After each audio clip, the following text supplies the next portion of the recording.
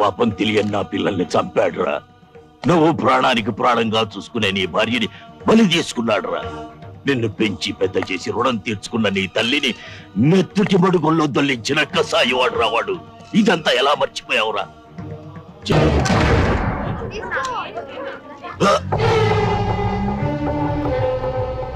ఆగిపోయావేం దాదా?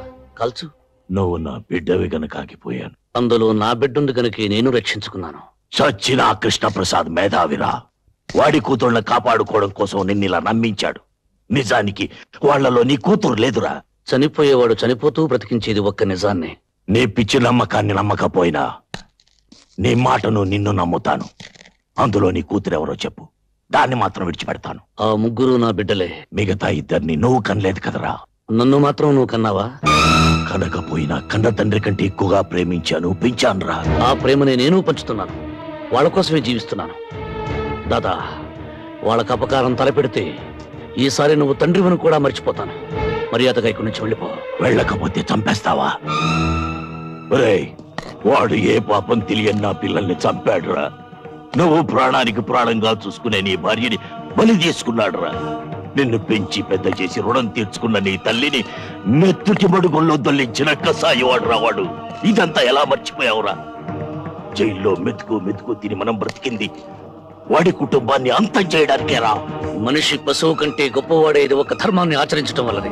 అది ఆచరించినప్పుడు మనిషికి పశువుకి తేడా లేదు. పశువుని పశువులా బ్రతకమని నిత్యం చెప్పక్కర్లేదు, కానీ మనిషిని మనిషిలా బ్రతకమని అనుక్షణం చెప్పవలసి వస్తుంది. ఇంత మంచివాడి అయిపోయావేనా?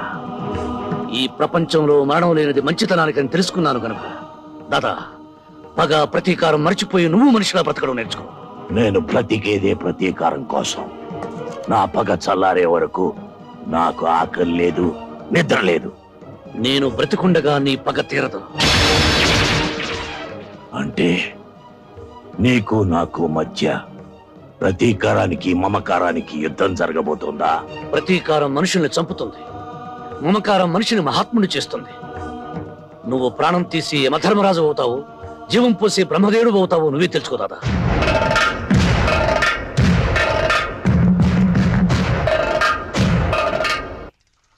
రేయ్, ఆగరా.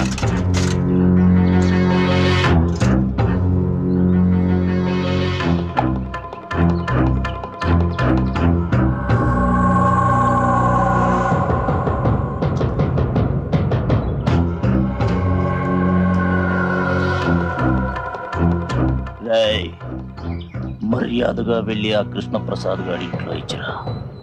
విషయం లీక్ అయిందో ఈ విషయాన్ని నీ గొంతులో గుచ్చుతా.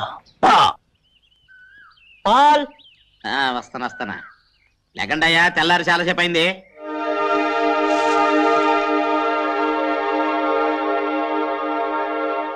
ఒరే రాకీ జాకీ, మీకు బెడ్ మిల్క్ తెస్తున్నారా? బెడ్ మిల్క్ తాగండి తాగండి తాగండి.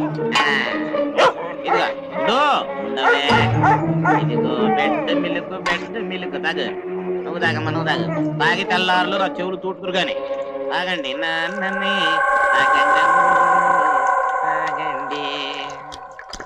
జీతాలు తీసుకునే వాళ్ళేమో దున్నపోతుల్లాగా పడుకున్నారు. కంటి మీద కుణుకు లేకుండా కాపలాగా నిన్నేమో వాళ్ళు ఇంకా ఖైదీగానే చూస్తున్నారు. ఖైదీనే, నేనే కాదు, ప్రతి మనిషి ఖైదీనే. తల్లి కడుపులో 9 నెలలు ఖైదీ, పుట్టాక తల్లి ఒడిలో ఖైదీ, పెరిగాక ప్రేయసి గుండెలో ఖైదీ, పెళ్ళయ్యాక భార్యకి జీవిత ఖైదీ, చనిపోయాక కాలి బొటన వేలకు సంకెళ్ళు వేసుకుని ఖైదీగానే స్వర్గం అనే సబ్ జైలుకు, నరకం అనే సెంట్రల్ జైలుకు బదిలీ అయిపోతాడు. అందుకని నేను ఖైదీని. అయ్యి బాబోయ్, ఎంత గొప్పగా చెప్పారు. అయితే నేను ఇప్పటి నుంచి నన్ను రాజు అని పిలవను, ఖైదీ గారు అని పిలుస్తాను. ఇక్కడే ఉండు, ఏడేడు కాపాడుతాను. ఇదిగో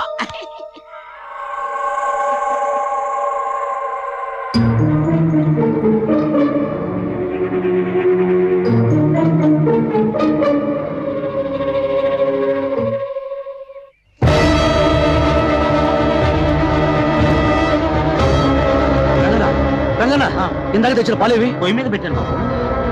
ఏమ్మా, ఆ పాలు తాగద్దు, అందులో విషయం కలిపారు. ఓహో, ఇలా నాటకవాడి సింపతి కొట్టేయాలని చూస్తున్నావా? కాదమ్మా, నిజంగానే విషయం కలిపారు.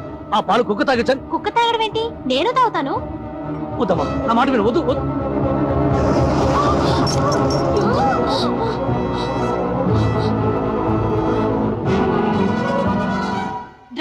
తాగుతున్నాడా ఆంటీ? విషం అయితే ఈ పాటి చావాలి కదా ఆంటీ. నా మాట వినా రాసుకెళ్ళి బయటికి పంపించేయండి. ఇవాళ పాలలో విషం ఉంది తాగొద్దంటాడు, రేపు అన్నం తినద్దు మంచినీళ్ళు కూడా తాగొద్దంటాడు. అమ్మా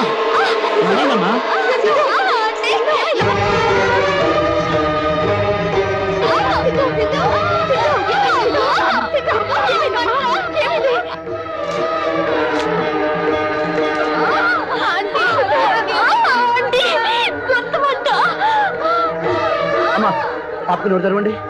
నోట్ తెరవండి.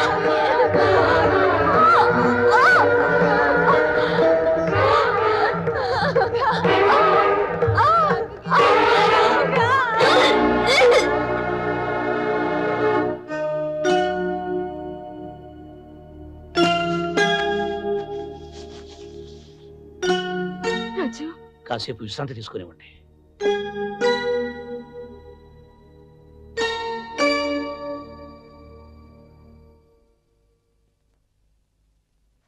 నీ కడుపులో బాధ నాతో చెప్పుకున్నావు కాబట్టి నాకు అర్థమైంది. పాపం ఆ పిల్లలకి ఎలా తెలుస్తుంది? ఒక మనిషి బాధలో ఉన్నాడని ఎదుటి మనిషికి చెప్పకపోయినా తెలియటం కోసం దేవుడు కన్నీళ్లు పెట్టాడట. ఈ పసిపిల్లలకు నా బాధ తెలుపుదామంటే నాకు ఆ కన్నీళ్లే రావటం లేదు. నా భార్య చితిమంటల వీడిలో అవన్నీ ఆవిరైపోయాయి.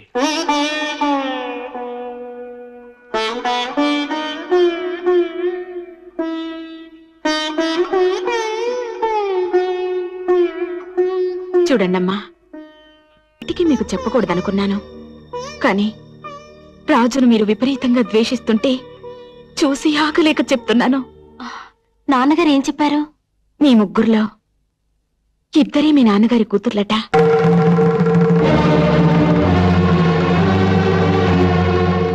ఒకరు మాత్రం రాజు కూతురట.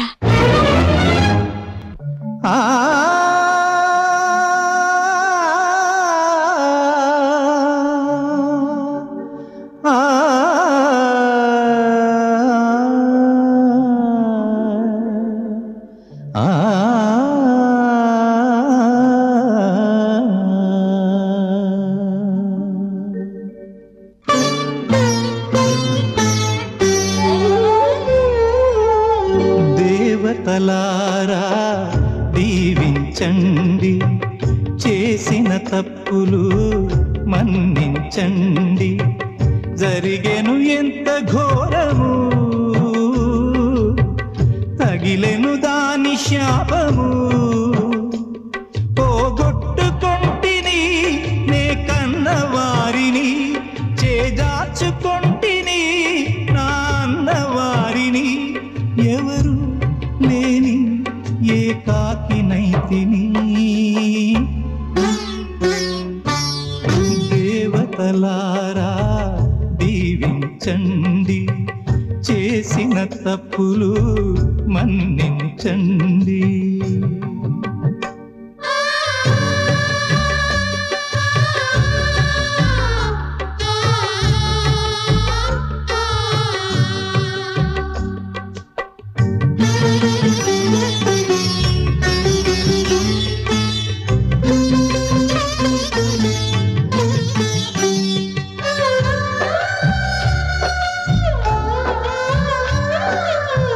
కంటికి రెప్పనై కావలి కాయన, పగలు రాత్రి పాపలకు.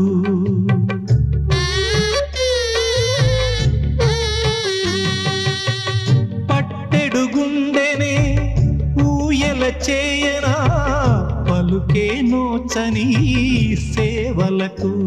విను వీధి దారిలోన విహరించు తారలారా, మనసార ఒక్కసారి నా మాట చెప్పిరారా. నాన్న అన్న ఒక పిలుపు చాలని. దేవతలారా దీవించండి, చేసిన తప్పులు మన్నించండి.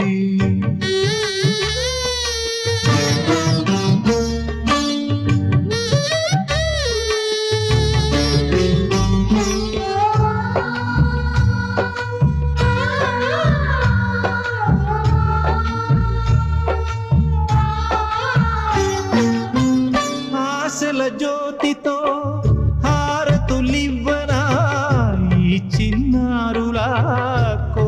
దివ్వెలకు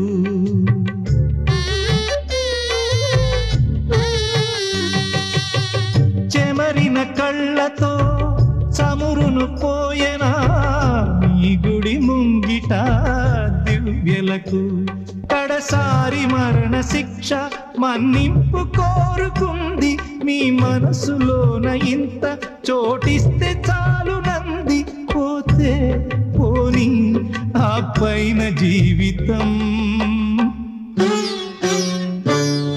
దేవతలారా దీవించండి చేసిన తప్పులు మన్నించండి జరిగెను ఎంత ఘోరము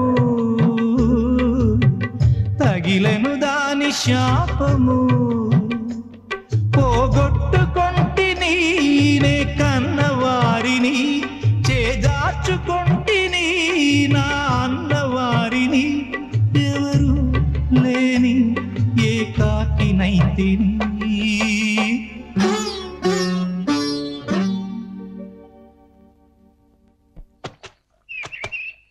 ఏంటి రాజు ఇది? ఉతికిందే ఉతుక్కుంటూ ఉన్నొక్క సొక్కతో ఎంతకాలం తిప్పలబడతావు? ఇదిగో అయ్యగారి బట్టలు తెచ్చాను, తీసుకో.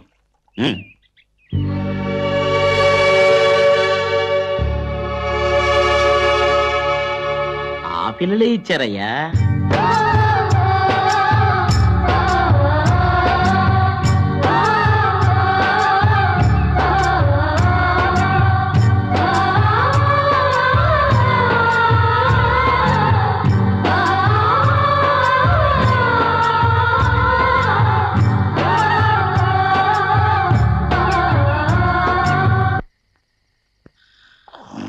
రాజు డ్యూటీలోనే ఉన్నా. అవునా?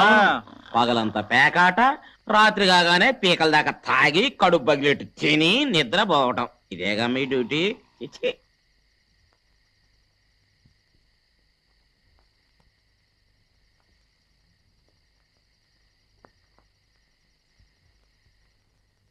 ఇక్కడున్నావా రాజు?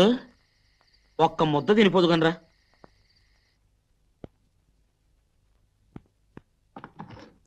ఇక్కడే కూర్చోవచ్చు.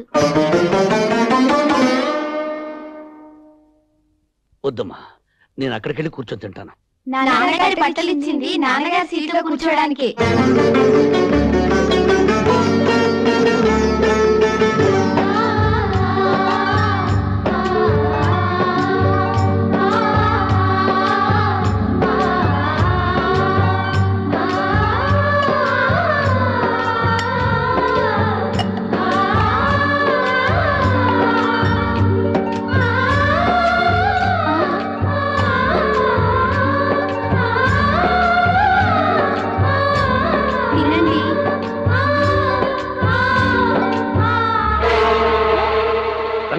నువ్వు వెళ్ళి వెంటనే జనరేట్ ఆన్ చేయి.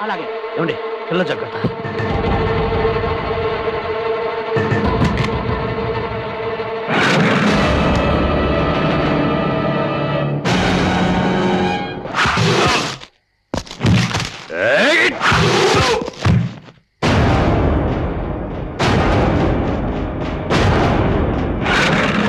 అమల్ గారు, పిల్లల్ని పైకి తీసుకెళ్ళి తలిపేసుకోండి. వెళ్ళండి తొందరగా.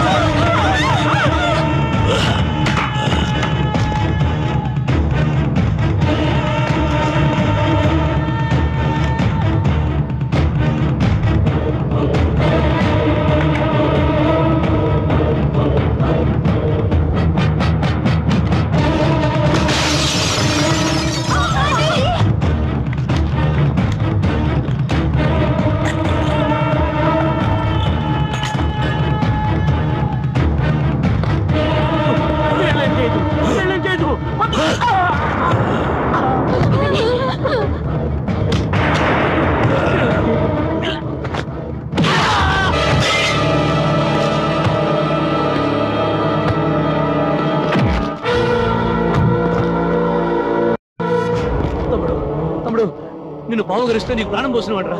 నువ్వైనా అర్థం చేసుకో నా బిడ్డలరా.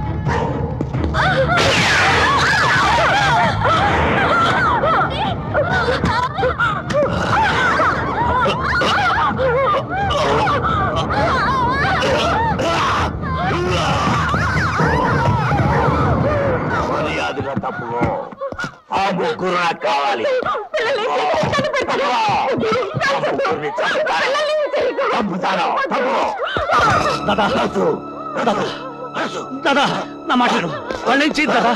దాదా దాదా నన్ను కాల్చి వాళ్ళేం చేయద్దు. వద్దా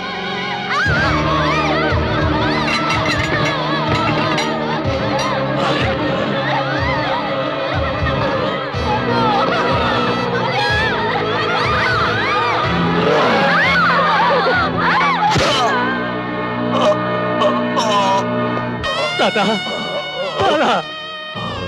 దాదా దాదా దాదా క్షమించు దాదా. దాదా దాదా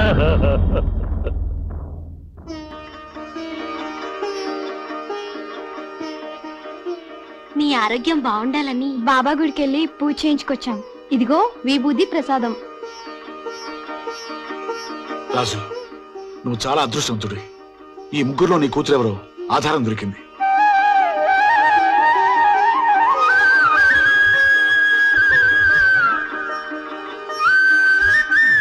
రికార్డ్స్ ప్రకారం ఈ ముగ్గురులో నీ బిడ్డ. వద్దు సార్, చెప్పొద్దు. ఒక రహస్యం మన కడుపులో ఉన్నంతకాలం అది మనకు బానిస. బయటకు చెప్పేస్తే అది మనకు యజమాని పెత్తనం చెలాయిస్తుంది.